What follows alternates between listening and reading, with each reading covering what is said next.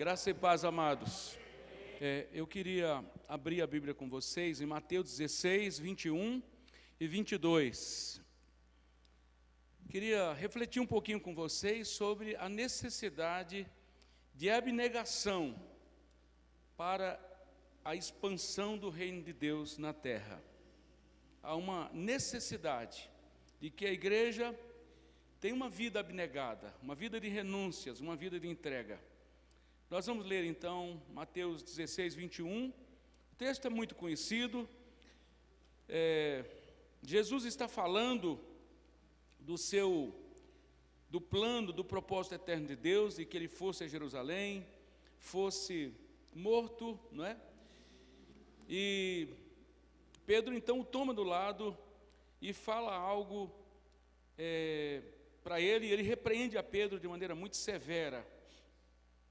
Verso 21 diz assim: desde esse tempo, começou Jesus Cristo a mostrar a seus discípulos que lhe era necessário seguir para Jerusalém e sofrer muitas coisas dos anciãos e dos principais sacerdotes e dos escribas, ser morto e ressuscitado no terceiro dia. E Pedro, chamando-o à parte, começou a reprová-lo, dizendo: tem compaixão de ti, Senhor, isso de modo algum te acontecerá.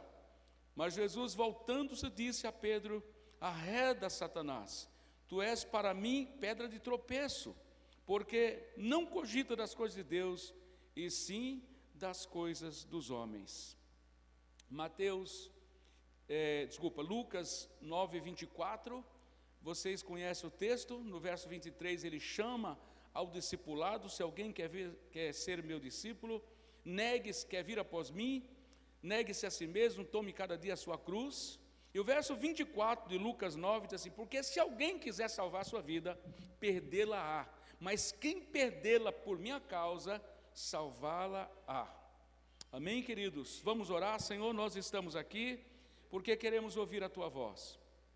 Tu és o Deus que fala, e o que nós pedimos é que o Senhor fale de maneira profunda e poderosa, porque só Tu tens palavras de vida eterna, e nós queremos, Senhor, ouvir a Tua voz, nós queremos ser ensinados pelo Senhor. Por isso, fala de maneira poderosa, é o que nós Te pedimos. Fala com a Tua voz inconfundível, com a Tua voz poderosa, ministra a nós pedimos em nome de Jesus, amém. Então, amados, nós vemos aqui um sentimento que parece estar muito presente na vida da sociedade e na vida da igreja. Tenha dó de ti mesmo. Isso é o sentimento de autopreservação. Eu quero me focar em abnegação, em renúncia. Mas antes de falarmos de abnegação, eu queria pensar um pouquinho sobre o inimigo da abnegação, que é o sentimento de autopreservação, que é o sentimento de tentarmos nos poupar de tudo aquilo que é doloroso, aquilo que traz incômodo, que traz algum incômodo para nós.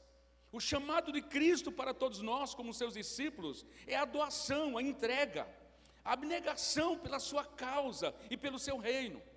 Mas, amados, a grande realidade, e principalmente nesses tempos de pandemia, é que nós temos feito exatamente o contrário, nos protegendo dentro de uma zona de conforto e numa bolha religiosa blindada contra todo tipo de desconforto e desgaste emocional e espiritual.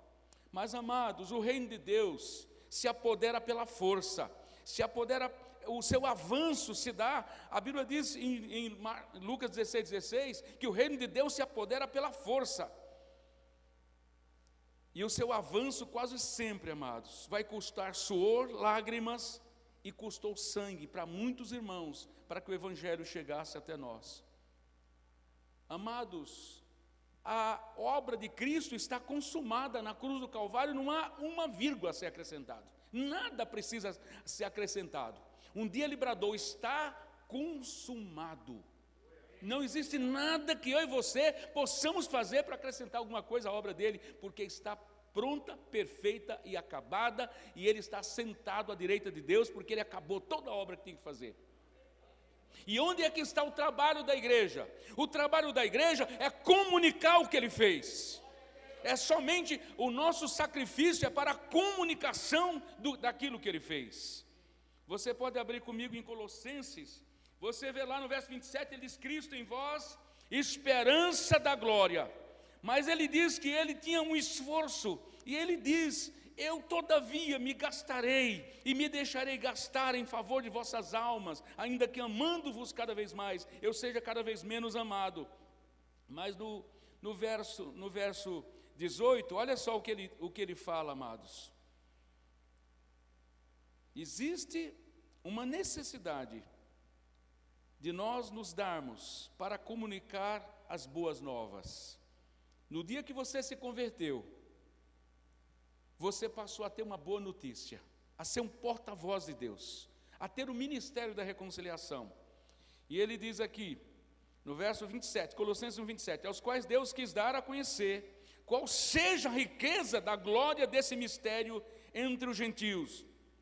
Isto é, Cristo em vós, a esperança da glória. Não há esperança de glória fora de Cristo. Só nele a esperança de glória. O qual nós anunciamos, advertindo a todo homem, e ensinando a todo homem, discipulando a todo homem, em toda a sabedoria, a fim de que apresentemos todo homem perfeito em Cristo. E ele diz: para isso é que eu também me afadigo, esforçando-me o mais possível, segundo a sua eficácia, que opera eficientemente em mim. O nosso chamado é ao desgaste, é se dar, não é se encolher, não é se colocar numa zona de conforto, numa bolha religiosa que nos preserva de todo e qualquer sofrimento. A Bíblia diz em Hebreus 5:8 que Jesus, ainda que era filho, aprendeu a obediência por aquilo que padeceu, e sendo ele consumado, veio a ser motivo de eterna salvação para todos os que lhe obedecem. Amados, nem Jesus poupou-se, o Pai não poupou nem o seu filho do sofrimento. A expansão do reino custa suor, lágrimas e até sangue. E esse é um preço que a igreja não quer pagar. E eu queria, então, amados, discorrer aqui na biografia de alguns homens que foram exemplo extraordinário de Deus. Eu quero falar de 2 exemplos negativos que se assemelham muito à minha atitude e 2 que nos desafiam tremendamente. E queria falar de uma mulher, de um homem e de uma mulher. De um exemplo bíblico e de um exemplo histórico sobre abnegação. Mas antes vamos a 2 exemplos de gente que se poupou, de gente que se protegeu, de gente que se poupou. O grande chamado nosso é a dar-se, a doar-se. Paulo disse: eu todavia, 2 Coríntios 12:15, me gastarei e me deixarei gastar. Ele dizia: eu sou devedor, eu sou devedor, eu sou devedor. Nós temos uma dívida impagável. Mas sobre nós pesa o peso da responsabilidade de comunicarmos as boas notícias aos que estão perdidos. As pessoas têm um prazo de validade. As pessoas não viverão para sempre. As pessoas não têm tempo para a perda de tempo da igreja. As pessoas têm um prazo de validade, amados. Chegou o prazo, elas serão recolhidas ao inferno. A nós cabe chegar antes do carrasco, levar o evangelho a toda criatura. Esse é o grande chamado da igreja. Vamos lá para o primeiro exemplo. Está em 1 Samuel 11, de 1 a 3. Vocês conhecem a história? Os soldados de Davi, Joabe, o comandante, todos foram para o combate. E aqui está um exemplo clássico de autopreservação, de alguém que quer salvar sua pele. E aí Davi não foi para a guerra. Era primavera, né? Já tinha passado o inverno, quando os exércitos não saíam ao combate. Mas agora era um novo tempo, e era o tempo dos reis saírem ao campo de batalha. Mas Davi ficou no palácio. Ficou no palácio. E quando a gente está na hora errada, no lugar errado, o diabo sempre vai preparar algum laço para a gente. Davi devia ir à guerra. Ele mandou Joabe, mandou os soldados, e ele ficou. Um dia acordou muito tarde, e lá passeava olha só, passeava ali no palácio, e de repente, tem uma mulher lá tomando banho no ar livre. Você vê como as coisas, quando a gente se omite, a gente se coloca numa zona de perigo, amados. E aí aparece Betseba, e nós vimos o que aconteceu, as tragédias que aconteceu com Davi, porque Davi resolveu se preservar. Os outros vão para o combate, eu fico no bem bom. Os outros que evangelizem, os outros que orem, os outros que sirvam, os outros que desçam as favelas e aos morros, eu fico. E quando a gente fica, a ordem da igreja, amados, a ordem, a regra é ir, ficar é a exceção. Alguns vão ter que ficar, mas nós precisamos ir. E nos becos, nos valados, em todos os lugares, nem todos vão para o Nordeste, porque a gente precisa de gente que fique segurando a corda, para que outros desçam no fundo do poço. Nem todos vão. Você não vai lá, mas você é chamado a ir aqui. A diferença de evangelismo e missões é que evangelismo se faz aqui, missões se faz lá. Evangelismo não precisa nada, porque você já está no contexto de evangelismo. Missões precisa preparação, precisa de estudar o campo que você vai trabalhar, mas nós precisamos ir. O grande problema de Davi foi ficar. Davi ficou no palácio. Como a gente gosta do palácio da sede, como é bom a gente ficar na sede do palácio, e os outros que vão, que se lixem. O importante é que eu fique na zona do conforto, e os outros vão à guerra, os outros expunham suas vidas, mas eu vou ficar. Amados, Deus tinha um único filho, e Deus fez dele um missionário. Ninguém tinha mais razão para ficar do que Jesus, mas Jesus não ficou. Ele preferiu tomar o caminho da busca. Ele veio ao mundo buscar e salvar o que se havia perdido, diz lá em Lucas 19:10. Então esse é um exemplo clássico de autopreservação. Todos vão à guerra, mas eu fico no palácio. E quando nós estamos no lugar errado, na hora errada, o diabo sempre vai preparar algum prato, sempre vai preparar alguma coisa. Você vê que foi uma confluência de fatores que levou Davi a um homicídio, levou ao adultério, ao homicídio, e abriu a sua casa para grandes tragédias. Quando nós desobedecemos a ordem de Deus de ir, nós vamos encontrar problemas. Alguém falou assim, amados, para o missionário que estava indo, como as pessoas falam para nós: mas se vocês vão, o que vocês vão ver? Aliás, eles dizem: o que vocês vão vir aqui? Eu não acredito, vocês vão vir para cá mesmo? Tem certeza que vocês vão vir para cá? Sim, nós vamos vir, nós viremos para cá. E até vou comprar um terreno, como fez Jeremias, para dizer que nós valorizamos essa cidade, que nós viremos para cá. Nós precisamos ir. E alguém disse assim: como é que, falou para o missionário, você é muito corajoso de ir para um lugar desse? Ele disse: não, eu não sou corajoso, eu sou medroso. Corajoso é você que tem coragem de desobedecer a Deus.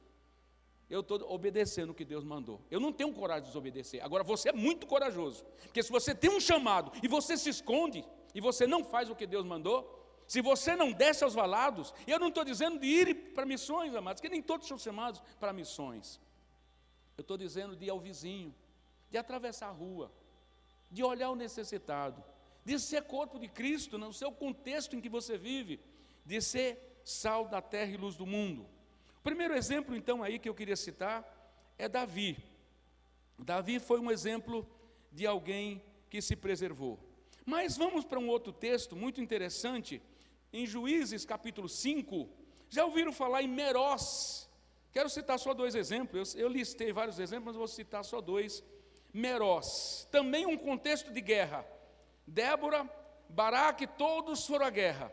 Mas Merós, uma das cidades, resolveram ficar. Não foram. Ficaram ali se autopreservando. Ficaram ali se ilustrando. Não é? No capítulo... Juízes capítulo 5, vamos para o verso 23, diz assim: amaldiçoai a Merós, diz o anjo do Senhor, amaldiçoai duramente os seus moradores, porque não vieram em socorro do Senhor e seus heróis. Amaldiçoai duramente. Amados, quem preserva a vida vai perder. Quem perder por amor de Jesus do Evangelho vai ganhar. Esse povo, essa cidade, que estava próximo do campo de batalha, se omitiu. Não estou nem aí. Cruzou os braços e deixou seus irmãos irem ao combate. Zebulon é um exemplo de doação. Olha lá, no verso 18. Zebulon é povo que expôs a sua vida à morte. Como também Naftali, nas alturas do campo, vieram reis e pelejaram os reis de Canaã. E ele vai dizendo aqui do combate, mas amados, enquanto um povo, parte daquele povo, se omitiu, outros expuseram a vida à morte. Queridos, o chamado da igreja é o chamado abnegação. O que é abnegação, queridos? Eu quero definir com vocês. Aí nós já vimos 2 exemplos de autopreservação. Alguém que valoriza a vida demais. Paulo também diz assim, quando os irmãos estavam chorando porque ele ia a Jerusalém, noutra viagem, né? Ele diz no 20 e 24 de Atos, ele diz assim, eu não tenho a minha vida por preciosa, contanto que cumpra com alegria a minha carreira e o ministério que recebi do Senhor para dar testemunho do Evangelho da graça. Dar testemunho do Evangelho da graça. Amados, o que é abnegação? Abnegação é se doar em favor dos outros, né? É uma ação caracterizada pelo desprendimento, pelo altruísmo, pensar no outro, em que a superação das tendências egoístas, da personalidade, é conquistada em benefício de uma pessoa, de uma causa, de um princípio. É dedicação, é dedicação extrema, é altruísmo, é se dar em favor dos outros. A vida, amados, a vida na matemática de Deus é assim, quanto mais você dá, mais você tem. Quanto mais você poupa, menos você tem. Dai e ser-vos-á dado. Boa medida, recalcada, transbordante, vos deitarão no vosso regaço. Agora, abnegação é dar-se. A autopreservação é poupar-se. É você viver aquela vida anos e sai anos, aquela vida medíocre, a mesma coisa. Anos e anos em torno das mesmas criancices, das mesmas coisas, sem avançar para as que estão diante. O nosso chamado é o chamado à abnegação. E eu quero dar, então, agora 2 exemplos de abnegação. E quero aqui falar um pouquinho do exemplo de Maria, mãe de Jesus, Maria de Nazaré, Maria, mãe de Jesus. É interessante, queridos, estudar a biografia dessa mulher, porque a gente tem uma visão completamente errada de Maria. Os católicos têm uma visão extremada de adoração, e os evangélicos têm uma visão muitas vezes, de hostilidade com relação a Maria. Mas eu queria convidar você a dar uma passeada pelos textos bíblicos para vermos a biografia dessa mulher, que muito me desafia, que muito desafia você. É interessante as 3 Marias, como essas mulheres tiveram um papel preponderante no ministério de Jesus, como essas mulheres foram especiais. E graças a Deus pelas Marias da igreja, amém? Graças a Deus pelas irmãs Marias, graças a Deus pelas Marias da igreja. São mulheres que muitas vezes sustentam a igreja no joelho, mulheres que oram, ninguém está vendo, mas estão orando, estão intercedendo. Eu quero falar então de 3 Marias, vou me ater mais na Maria, mãe de Jesus, mas a mãe de Jesus, ela foi um instrumento de Deus para trazer o Salvador ao mundo. Jesus já existia antes de todas as coisas, mas um dia ele precisava se fazer verbo, se fazer carne. E Deus procurava uma virgem, uma moça pura. E Deus encontrou Maria. Maria foi um instrumento de Deus para trazer Jesus ao mundo, trazer salvação ao mundo. Mas tem outra Maria, que é Maria, irmã de Lázaro. Enquanto Maria, mãe de Jesus, traz o Salvador ao mundo, Maria, irmã de Lázaro, o reconhece, valoriza e nos ensina a adorá-lo como Deus. Quando os discípulos, Judas especialmente, diz assim: por que esse desperdício? Que ela quebrou um vaso de alabastro. Falou: por que esse desperdício? Ela disse, aquele vaso de alabastro custava, praticamente era fruto de 1 ano de trabalho. Judas avaliou Jesus em 30 moedas. Ela avaliou Jesus dando tudo o que ela tinha durante 1 ano de trabalho. Ela é a mulher que valoriza. O mundo olha para nós e diz: para que esse desperdício de tempo? Amados, diante dele, nós dizemos: é pouco, eu sou o devedor. Por mais que eu dê, por mais que eu me renda, por mais que eu me entregue, por mais que eu adore, ainda é pouco. Mas os fariseus vão dizer: por que esse desperdício? Jovem, o mundo vai olhar para você, como falaram para o meu irmão Antônio, falaram assim: você é tão novo, rapaz, você vai se entregar para essa lei dos crentes, você podia aproveitar a tua vida, agora tu vai se enfiar dentro de uma igreja, você vai perder a vida. Ele falou: eu vou perder a vida? Pois é isso que eu quero. Jesus falou: se alguém perder, eu vou ganhar. Era isso que eu queria ouvir mesmo. Eu quero perder minha vida, porque se eu perder, eu ganho com Jesus. E aí olha, é assim, às vezes os ímpios olham para um jovem, para uma moça bonita, e dizem assim: que desperdício. Quer dizer, porque eles estão lá no mundo fazendo o que o diabo gosta. Mas quando disserem que desperdício, você diz: não, meu amigo, é muito pouco. Ele merece mais, ele merece mais, ele merece mais. Eu sou o devedor. Enquanto para Judas Jesus valia 30 moedas, para essa Maria valia tudo. Valia 1 ano de trabalho. Ela quebrou o vaso para lançar os pés dele. Não foi nem sobre a sua cabeça, foi sobre os seus pés. Enxugou também com seus cabelos. Uma Maria traz, a outra reconhece e valoriza e nos ensina a adorá-lo como Deus.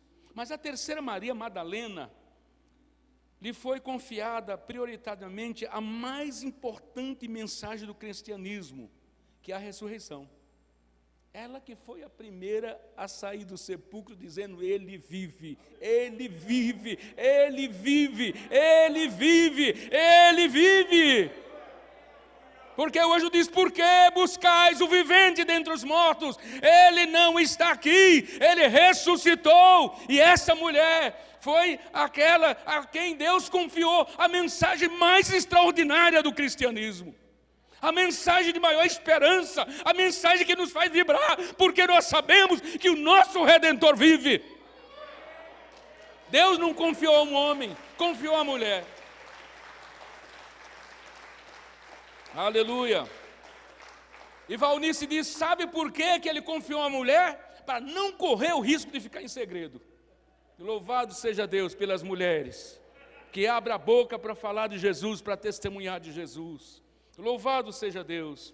Então, amados, uma foi confiada a missão de trazer, a outra de reconhecer e a outra de engrandecer como príncipe da vida, o campeão sobre a morte. Uma traz a esperança, a outra reconhece a esperança e a outra proclama a vitória da esperança sobre o desespero da morte e do caos. Amém, amados? Aleluia pelas Marias. Que mulheres extraordinárias. Hoje a gente coloca muitos nomes, né, nos filhos, mas já não tem mais o nome Maria, né, porque tornou-se o nome José e Maria. Está voltando? Glória a Deus. Amém. Tomara que eu tenha um neto que chame Maria. Amém. Se a gente entender o papel, amados, dessas pessoas, o papel dessas mulheres, e eu quero agora falar sobre Maria, a Maria, mãe de Jesus. Eu não vou falar tudo aqui, tá? Eu vou falar só algumas coisas que eu queria pensar aqui para a gente meditar sobre a vida de Maria. Amados, Maria era serva. Quero focar aqui Maria como a serva de Deus e dos homens. Quando o Senhor disse: Maria, salve, quando o anjo veio trazer a mensagem, o anjo Gabriel, Ela diz: eis-me aqui, a serva do Senhor, faça em mim o que te aprouver. Ela apresenta-se como serva. Esse é o título o melhor título que nós temos, servo de Deus. Amados, hoje os homens não querem ser servos, querem ser apóstolos, querem ser vice-deus, semideus, e por aí vai. Mas Deus está procurando títulos, né? Mas Deus está procurando servos, e ela se apresenta como serva. Mas essa mulher é extraordinária, porque mesmo estando já grávida, ela sabe que Isabel estava grávida, e ela então sai lá de Nazaré e sobe as montanhas e vai lá vai servir Isabel, e fica 3 meses. Ela se apressou para ir servir, está em Lucas 1, 38 e 39. Quando ela é serva de Deus, mas ela é serva dos homens, porque quem não presta para servir os homens, não presta para servir a Deus. O desafio é servir os homens. O mandamento que manda amar a Deus sobre todas as coisas, nos manda amar o próximo como a nós mesmos. Aliás, amar o próximo como Jesus nos amou e se entregou por nós. Ela era serva dos homens, mas era uma mulher, era serva de Deus, se apresenta como serva. Mas é uma mulher que sabe, é uma mulher que deixa tudo e vai servir de empregada doméstica durante 3 meses na casa de Isabel. Uma serva dedicada, uma mulher que se dispõe a servir a Deus e aos homens. Amém, queridos? Ela tem pressa em começar a servir, mas não deixa de servir, não tem pressa para deixar de servir. Não se acomoda, não se incomoda com o estado, ela não se incomoda com a sua gravidez, porque ela já estava grávida. Ela podia dizer assim: agora, né? Agora, gravidez não é doença, para ela não era doença, né? Pelo menos. Lógico que tem algumas mulheres que ficam um pouquinho mais debilitadas, mas mesmo grávida, ela sobe as montanhas e vai lá nas montanhas servir a sua prima. Como nós precisamos de servas de Deus hoje na igreja. Pessoas servos, que não busquem títulos nem visibilidade, mas que busquem tão somente servir. Maria é essa serva do Senhor e dos homens. Amém, queridos? Serviu 3 meses como empregada doméstica. Lucas 1,56 fala isso, né? 3 meses ela esteve lá. Mas uma segunda característica de Maria, além de serva, queridos, é uma mulher que é usada por Deus para trazer a salvação ao mundo. E olha a diferença como Deus e Maria reparam os danos que Eva causou. Eva foi, infelizmente, por seu egoísmo, inaugurou o tempo de nós sem Deus, porque o pecado se interpôs e separou o homem de Deus. Mas Maria, com a sua abnegação, inaugura um novo tempo de Deus conosco. Havia uma profecia dizendo que ele seria Emanuel, que quer dizer Deus conosco. Mas a humanidade estava nas mais densas trevas, porque Eva tirou Deus de entre os homens. O pecado separou o homem de Deus. Eva inaugurou o tempo de Deus, de nós sem Deus. Mas quando Deus encontra a serva do Senhor, Maria inaugura um novo tempo. E ela torna-se possível o projeto de Deus, Deus conosco. Ela que traz o Emanuel. Agora não estamos mais andando e vagando sozinho, porque Deus, através do ventre de Maria, traz Jesus ao mundo. E nós podemos agora provar do Deus conosco. Amém? Eva expulsou a presença de Deus dentre os homens, mas Maria traz a presença de Deus para a terra. Eva nos tira do jardim da presença de Deus. Maria traz de volta o jardim da presença de Deus no coração dos homens. Glória a Deus. Amados, qual é a semelhança entre Maria e os missionários? Maria tem o papel de trazer Jesus, teve o papel de trazer, e os missionários têm o papel, e os evangelistas, de levar Jesus aos perdidos. Ela trouxe, mas nós temos que levar. É papel da igreja fazer com que essa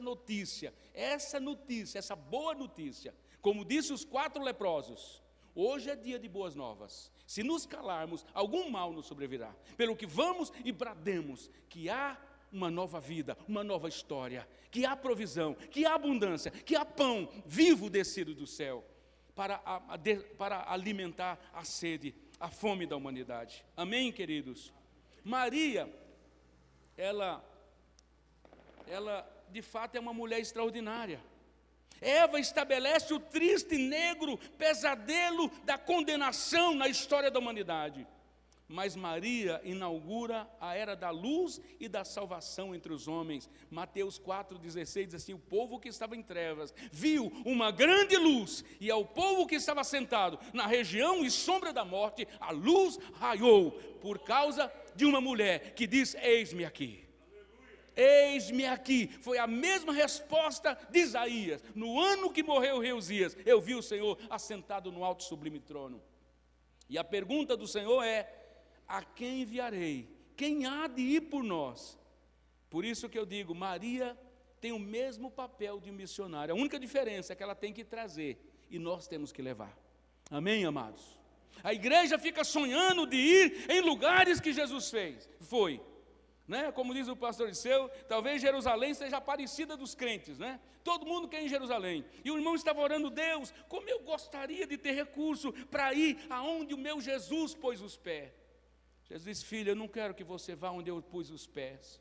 Eu quero que você vá aonde eu ainda não pus os meus pés. Onde tem pessoas morrendo, pessoas nas mais densas trevas. Eu quero que você vá aonde meus pés não foram.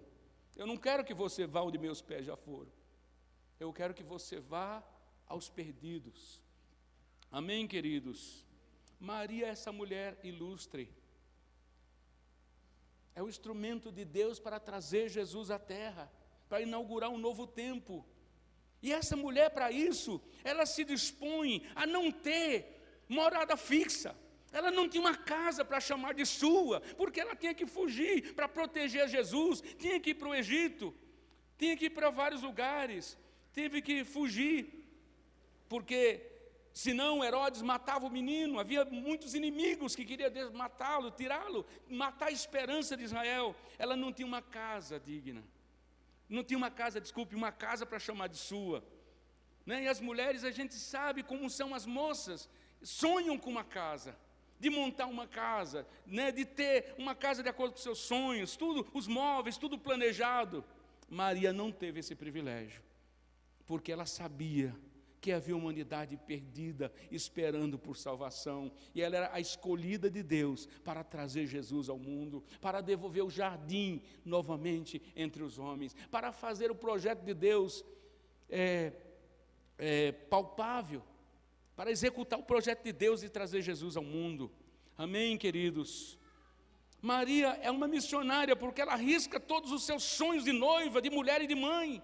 Ela arrisca a sua reputação e a sua própria vida para cumprir o propósito de Deus. Se ela aceitasse, dissesse sim para Deus, aquilo seria um projeto arriscado, porque se José fugisse e denunciasse, ela seria apedrejada em praça pública. Mas ela não se importa com a sua reputação. Em João 8,41, eles dizem que Jesus, eles falam assim: olha, nós temos um pai que é Deus, não somos filhos de prostituição.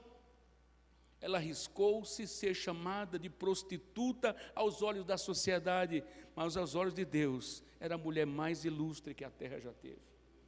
Não se preocupe se o mundo não te entende, se o mundo te chama dos mais absurdos palavrões, se te trata com desdém, porque os santos sempre foram tratados assim. A igreja nunca foi acariciada na sua história. A igreja sempre passou em perigo e sofrimento, mas sempre foi mais do que vencedora, porque as portas do inferno não podem prevalecer contra a igreja. Amém, amados?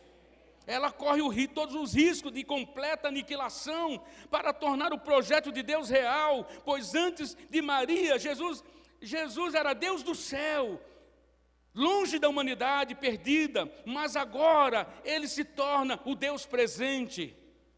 Maria, com seu gesto, ela traz o céu para a terra de volta, amados, que Eva havia expulsado pela sua escolha infeliz, infame, de escolher ser semelhante a Deus pelo caminho errado. Ela repara o estrago da decisão de Eva, que separou o céu da terra, pois Maria, com seus gestos de abnegação, devolve o céu à terra novamente. Amém, queridos? Ela foi instrumento de Deus. Eva expulsa Deus da história da humanidade e inaugura um tempo tão ruim de trevas. E muitas coisas poderíamos falar, mas deixe-me, para encerrando aqui esse capítulo sobre Maria, essa biografia dela, queridos, uma coisa importante: Maria também era mãe cuidadosa. Lucas 2:43 a 48. Vocês lembram? Ela vai até Jerusalém adorar, e quando volta, ela acha que o menino, Jesus, está no meio dos parentes, e as mulheres conversando, batendo papo, conversando. Bom, o menino está lá na frente com os familiares. Quando chega lá, cadê o menino? Não encontra Jesus, e tem que voltar novamente. Tem que fazer o caminho de volta. 145 quilômetros a pé, ela volta para buscar seu filho. Sabe o que Maria nos ensina? Que filho não é tralha para deixar em qualquer lugar com qualquer um. Filho é algo muito precioso. Filho, eles são a nossa herança. Filhos são flecha nas mãos do valente. Filho não se deixa com qualquer um. Ela chegou, procurou o menino, não achou, volta novamente a Jerusalém para buscar seu filho. Ela era a mãe responsável, a mãe cuidadosa, a mãe que não deixa filho com qualquer um, a mãe zelosa, a mãe que cuida. Deus nos deu filho, amado. Filho não é para qualquer um. Filho é para quem cuida, para quem ama. Você é responsável por seu filho, você vai dar conta dele diante de Deus. Portanto, se você tem filho, trate de dar a ele prioridade, porque ele será a tua extensão na próxima geração. Filho é a coisa mais preciosa que nós temos, amados. Filhos são presentes de Deus, e Maria entendia isso. Podia, deixa ele lá, ele não está aqui, depois ele volta. A hora que ele quiser, ele volta para casa. Não. Maria foi atrás. Maria nos ensina a valorizar nossos filhos. Maria nos ensina que filho, lugar de filho, é do lado dos pais que precisam ser educados, para ser gente. Não é gente que delega para o vô, para a sogra, para qualquer um. Não, eles poderão cuidar em alguns momentos excepcionais, mas a responsabilidade é sua. Maria nos ensina, e José, a sermos pais responsáveis, pais presentes na vida de nossos filhos. Amém, queridos? Mas uma outra coisa que me chama, em penúltimo lugar na vida de Maria, é que ela é uma mulher, a mulher da adoção. Você lembra lá em João, capítulo, vocês todos se lembram, João capítulo 19, quando Jesus está agonizando na cruz, João 17, 26, Jesus era tão cuidadoso, porque ele tinha a missão, ele era o primogênito, ele tinha que cuidar da mãe, porque o pai possivelmente tinha morrido muito cedo, e ele cuida da mãe até o último momento, e ali as últimas palavras, ele olha Maria e vê Maria ali sozinha. Os seus irmãos muitos nem criam em Jesus, muitos deles eram os piores incrédulos, não criam em Jesus, e a gente fica pensando, ele tinha, é interessante, não é? Por que isso? Porque ele tinha irmãos e irmãs, tinha 4 irmãos, pelo menos que eu saiba, e tinha irmãs também, no mínimo 2. E Maria está ali no palco da cruz. E aí João, o discípulo amado, está ali. E ele diz assim: filho, eis aí tua mãe, mãe, eis aí o teu filho. E Maria aceita essa condição recomendada por Jesus, que era o primogênito, era aquele que era responsável por ela. O primogênito recebia a porção dobrada da herança, mas tinha a responsabilidade de cuidar dos pais até os últimos dias dele. Tinha que levar a sério a questão de honra dos pais. E Jesus cuida até o último fôlego de vida. Será que isso nos ensina a valorizar pai, a honrar nossos pais, a cuidar de nossos pais, a não abandonar nossos pais e nossos filhos? Jesus cuidou até o último respiro, ele cuidou da sua mãe. E diz assim: quanto tempo faz você não visita a sua mãe? Quanto tempo faz você nem lembra que tem mãe? Será que tu nasceu do útero do nada? Não tem mãe para honrar, não tem pai? Precisamos honrá-los, amados. Jesus fez isso. Mas Maria, o que mais me chama a atenção é a capacidade de adoção que ela tem. Ela é a mulher da adoção, é a mulher que adota, mas é a mulher que se deixa adotar também. Ela adota João, e João adota. Não é aquela pessoa que diz assim, não, eu vivi a vida inteira nessa casa, daqui eu não saio, daqui ninguém me tira. Não, ela não fica chorando as suas perdas, mas é a mulher que está pronta para se reinventar diante dos desafios da vida. Quanta gente fica chorando o passado. Não, mas eu ganhava aquele salário. Não, mas eu tinha aquela casa. Não, mas eu tinha aquele... Meu filho, bem-vindo ao novo normal. Não é mais assim. E a gente tem que estar pronto para enfrentar o desafio da vida. Vamos ficar chorando, lamentando. E que perda que Maria teve. Mas ela se refaz diante dos embates da vida. Jesus disse: mulher, eis aí teu filho. Filho, eis aí a tua mãe.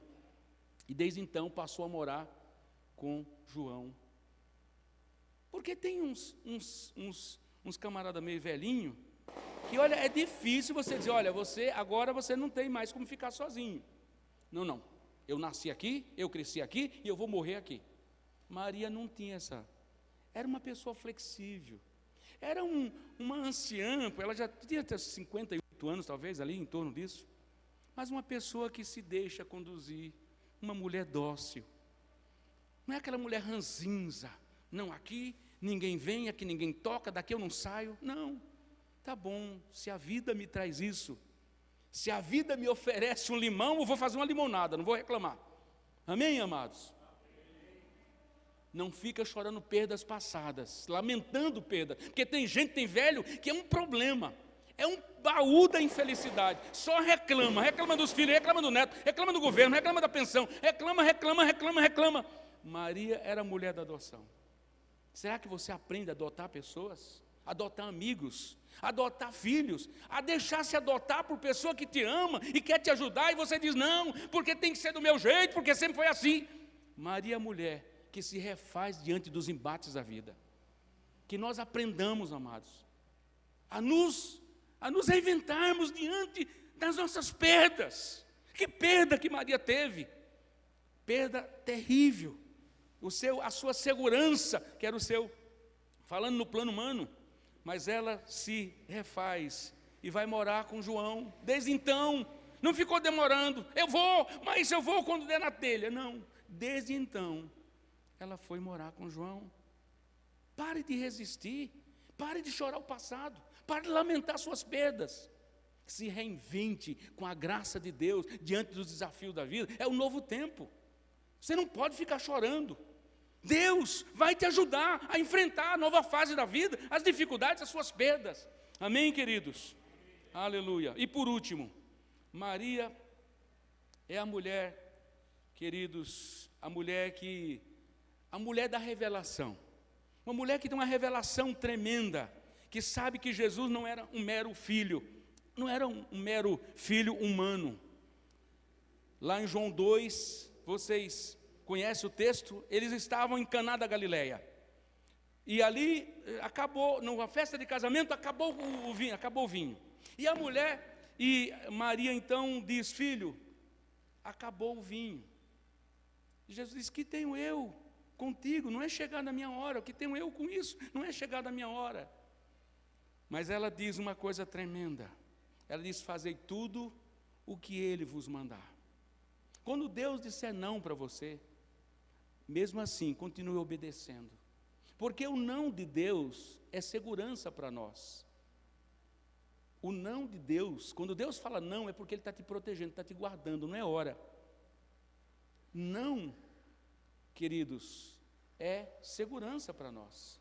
Então, é proteção. Ela diz, faça tudo o que Ele mandar. Amados, que tremenda revelação. Porque ninguém pode ser obedecido integralmente. Ninguém, a gente não pode dizer acerca de nenhum homem, faça tudo o que esse homem manda, porque todos nós cometemos falhas. Ali ela está dizendo, Ele é Deus, Ele é Senhor, e Ele é Salvador. Ele disse não, mas se Ele abrir a boca, faça o que Ele manda. Não fique discutindo com Deus, faça o que Ele manda. Amados, aí nós vemos uma revelação tremenda de Maria.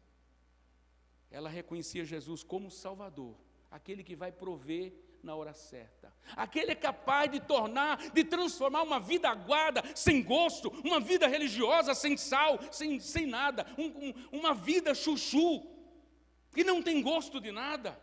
que não tem gosto para nada. Jesus transforma a água em vinho. Jesus transforma uma vida aguada, uma vida minguada, numa vida cheia de significado, de glória, de poder, de utilidade para a igreja e para o mundo perdido. Ela diz, faça tudo o que Ele mandar. Então, amados, aí nós vemos que ela o reconhece como Salvador, que na hora certa Ele faria o milagre. E também como Senhor, quando Ele faça o que Ele mandar, Ele manda. Ele é o Senhor. Ele foi feito Senhor e Cristo, e Ele foi feito Senhor para mandar. Amém, amados? Ele manda. E se Ele não manda, você não tem parte com Ele. Se Ele não manda na sua língua, se Ele não manda no seu bolso, se Ele não manda no seu tempo, se Ele não manda nos seus olhos, você e eu não temos parte com Ele. Faça tudo o que Ele mandar. Quem dera que os católicos e os crentes fizessem, seguissem o conselho de Maria. Faça tudo o que Ele mandar. Você não entende, você não sabe, você tem um não dEle, mas faça o que Ele mandar. Porque Ele é Deus, Ele é Senhor e Ele é Salvador. Na hora certa, Ele vai fazer, Ele vai tirar você dessa situação, por mais caótica que seja. Jonas disse, do ventre do inferno, eu clamei ao Senhor, e Ele me livrou do ventre do inferno. Então, se você clamar a Ele, todo aquele que invocar o nome do Senhor, será salvo, será salvo, será salvo. Maria, em outras palavras, diz, Ele é Senhor e Ele é Deus. Ela tem uma revelação de que Ele não era um filho qualquer, Ele era antes de tudo filho de Deus. Amém, amados? Que mulher tremenda. Deus busca servas como Maria nesses dias. O problema, amados, é que talvez está mais difícil de achar Marias, né? Graças a Deus, pelas poucas que existem, graças a Deus. Mas, amados, infelizmente, a gente tem muita gente querendo título, querendo renome, mas não estão buscando, muitas vezes não estamos buscando a disposição de servir. E eu quero terminar agora só falando de um exemplo histórico agora, tá? De um exemplo histórico que me desafia tremendamente ouvir a biografia desses amados irmãos, dos irmãos moravianos. Quero só contar um testemunho deles, para a gente encerrar. Queridos, no dia 13 de agosto de 1727, Deus derramou um profundo avivamento sobre um grupo de irmãos tchecos, da Tchecoslováquia, refugiados na Saxônia, atual Alemanha, chamado de Morávia. Como o conde, havia o conde que era o pastor dele, conde Nikolaus Zinzendorf, daquela comunidade que vivia ali no vilarejo chamado Hernut, que era o aprisco do Senhor, o significado, nasceu uma obra missionária sem precedentes desde o primeiro século. Dali saíram centenas de crentes apaixonados por Jesus. Eles foram enviados para a Espanha, para a Itália, para a África do Sul, São Tomé e Príncipe e até para o Brasil, além de tantas outras regiões. Esses irmãos, queridos, tinham um estilo de vida muito simples. Eles encarnaram na vida, 1 Coríntios 10, 31. Quer comais, quer bebais, ou façais qualquer outra coisa, fazei tudo para a glória do Senhor. E eles tinham uma visão de oração tão grande, que eles passaram a fazer uma vigília de 24 horas, fazer um turno de oração 24 horas, todo dia, tinha 24 casais orando, cada hora orando, e essa reunião de oração durou 100 anos, alguns dizem que durou 120 anos, ininterruptamente. E essa é a razão porque eles enviaram, em 20 anos, enviaram mais missionários do que toda a igreja protestante em 200 anos, eles fizeram em 20. A igreja não tem como avançar, a igreja de Jesus só avança de joelho. Se a igreja não orar, não vamos esperar grandes coisas. Mais do que nunca nós precisamos orar. Os discípulos falaram, Senhor, ensina-nos a orar. Não pediu para ensinar a pregar, não pediu para aprender a ensinar a expulsar demônio ou fazer qualquer coisa. Senhor, ensina-nos a orar. E mais do que nunca, a igreja precisa aprender a orar, porque oração é a nossa declaração de dependência de Deus. Quem não ora diz, Deus, não preciso de você, eu faço tudo sozinho. Quem sabe que não pode, ora, não tem outra alternativa. 100 anos ininterruptos de oração. E foi por isso que eles sacudiram a terra. Queridos, foram os missionários mais dedicados que houve. Havia esse príncipe Zinzendorf, eles já tinham gasto todo o dinheiro que tinha com missões. E um dia, chegou um esquimó e disse assim: olha, por favor, pastor, manda missionário para o Alasca, porque aquele povo está morrendo sem Jesus, por favor, manda missionário. Implorando para que ele enviasse. Ele disse: nós não temos mais dinheiro, não temos mais ninguém para enviar. E o homem foi para casa muito triste. De noite, Jesus apareceu ao Nicolaus Zinzendorf e disse: olha, você tem um homem para enviar sim. Eu quero que você envie o oleiro, que tinha um moço que fazia os vasos de barro, panela para a comunidade ali. E ele então chamou esse oleiro, falou: olha, Jesus disse que é para você ir, que eu devo enviar você. Só que eu vou dizer o seguinte: nós não temos dinheiro para te enviar, não temos ninguém para enviar com você, e nós talvez consigamos o dinheiro para mandar você, mas não tem dinheiro para trazer de volta, e não vamos mandar dinheiro para você também. Se você for, você vai confiar somente na provisão de Deus. O homem pensou e disse assim: você pode me dar um tempo para orar? Ele disse: quanto tempo você quer? Eu quero 2 minutos. Ele orou durante 2 minutos. Ele disse: eu vou, só que eu tenho uma condição. Ele disse: o que é que você quer para ir? Ele disse: eu quero que vocês me dêem um par de chinelos usados, e eu vou cumprir a missão. O homem devia estar descalço, amados. Ele não tinha nenhum chinelo para calçar. No outro dia, o príncipe Zinzendorf foi na casa dele para combinar as condições para envio, combinar os detalhes. Chegou lá, ele não estava mais. E perguntou para os vizinhos: cadê o homem que mora nessa casa? Ele foi embora. Ele disse que ele tinha uma missão muito urgente para cumprir. Ele não podia esperar mais. Esse homem foi embora. Hoje, mais de 50% dos esquimós serve a Deus, por causa de um homem que não tinha nem nome. A história não relata o nome dele, mas esse homem mudou a história de todo o Alasca. De lá, daquele lugar frio, ecoa uma voz de louvor e adoração ao Cordeiro, porque o homem pediu somente. Eu penso nos missionários de hoje, querem hotel 5 estrelas, querem jatinho, querem salários, querem plano de saúde, querem uma série de coisas. Aquele homem pediu só um par de chinelos usados, não precisa ser novo, e foi embora, e mudou a vida e a história de todo aquele povo. Amém, amados? Nós somos chamados aí, ficar é exceção. O nosso chamado é ir em todos os lugares da terra. Nós temos uma mensagem, igreja. Nós não podemos nos calar. Nós temos um chamado e nós precisamos ir. O que você está cobrando de Deus? O que você está exigindo de Deus? Até quando você vai resistir à voz do Espírito Santo? Vamos orar ao Senhor, amados. Pai, nessa hora, eu quero pedir por mim e por meus irmãos. A Tua palavra diz que nós estamos cercados de uma grande nuvem de testemunhas. Senhor, quando olhamos para a vida de Maria, quando olhamos para a vida de Esther, que arriscou sua vida, e tantos outros heróis da Bíblia, sentimos uma profunda vergonha, inutilidade. E nós só podemos dizer como Paulo: eu sou o devedor, eu sou o devedor, eu sou o devedor. Senhor, por favor, nos ajude, porque esses homens eram tão falíveis como nós, mas eles marcaram a história de pessoas. Não nos deixa viver de maneira inútil, Senhor.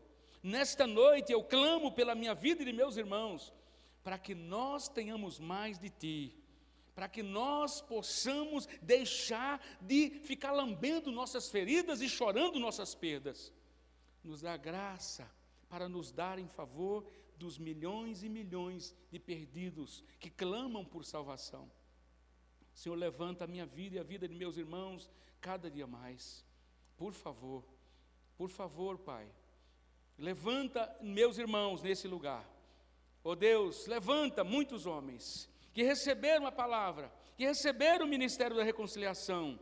Deus, que não haja silêncio em nós, mas que haja disposição de pregar o Evangelho, sem nenhuma condição maior, mas somente disposto a servir. Pai, eu te rogo que seja assim. Eu oro a Ti pela minha vida e meus irmãos, e faço isso em nome de Jesus. Amém, queridos. Muito obrigado. Deus abençoe. Devolva a palavra para quem? Aleluia. Bendito seja o nome do Senhor.